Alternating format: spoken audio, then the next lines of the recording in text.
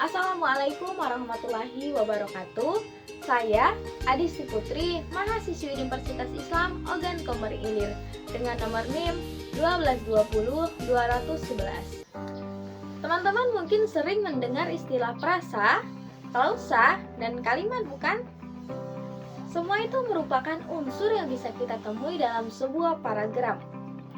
Namun, tahukah teman-teman apa perbedaan antara frasa, klausa, dan kalimat itu sendiri?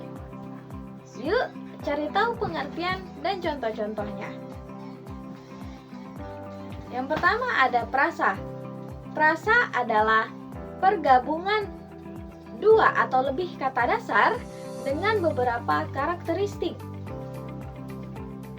Meski terdiri dari dua kata atau lebih, sebuah frasa tidak memiliki predikat dan tidak bisa menjadi sebuah kalimat.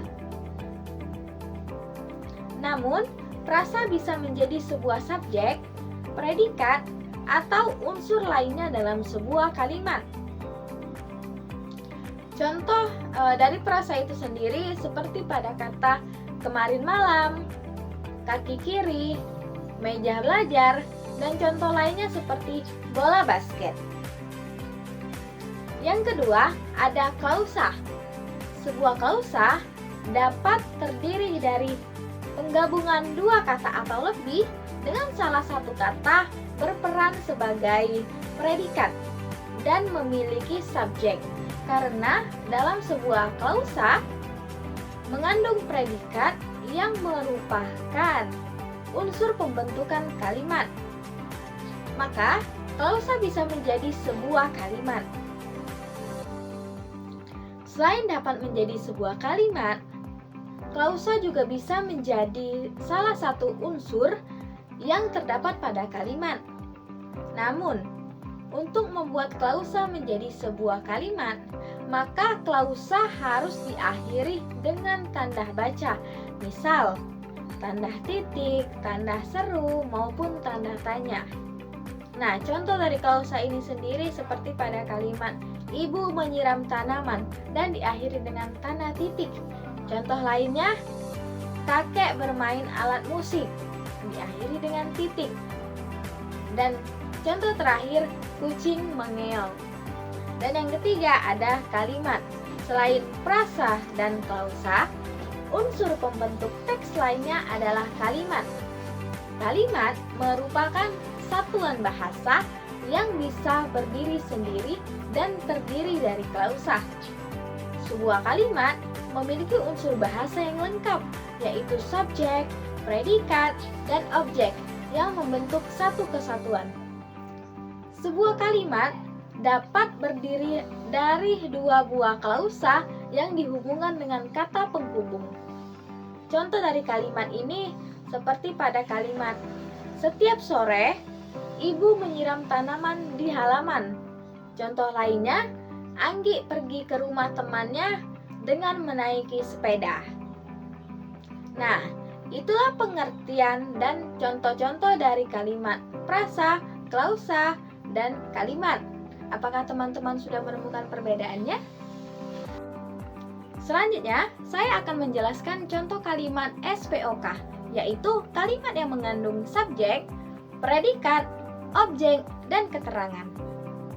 Contoh pertama, Adit berolahraga sepak bola di stadion, di mana yang berperan sebagai subjek di sini adalah Adit, predikat adalah olahraga, objeknya sepak bola, dan keterangan tempat di stadion. Contoh kedua, Juni makan sayuran di rumah kakek. Subjeknya adalah Juni, predikatnya adalah makan, objeknya adalah sayuran, kata keterangan adalah di rumah kakek. Contoh ketiga, Ardi membaca buku cerita sebelum tidur. Subjeknya di sini adalah Ardi, predikat membaca, objek buku cerita, kata keterangan sebelum tidur. Contoh keempat, Gusti membacakan pidato di panggung. Subjeknya adalah Gusti, predikat adalah membacakan, objeknya pidato, dan kata keterangan tempat di sini adalah di atas panggung. Dan yang terakhir, saya akan menjelaskan apa perbedaan antara kata majemuk dan prasa.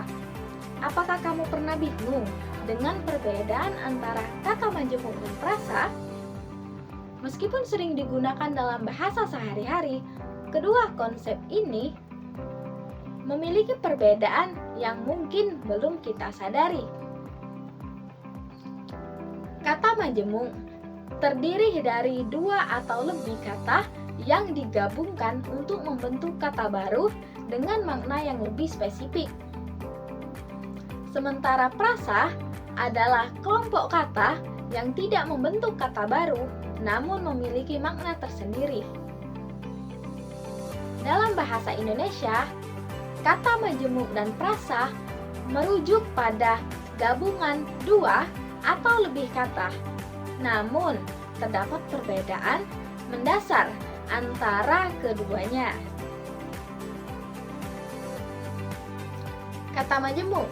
Nah, kata majemuk ini adalah gabungan dua atau lebih kata yang membentuk sebuah kata baru yang memiliki arti tersendiri. Pada kata majemuk, kata-kata yang digabungkan biasanya masih bisa dilihat dan dipahami maknanya, baik secara terpisah maupun di dalam bentuk kata majemuk tersebut.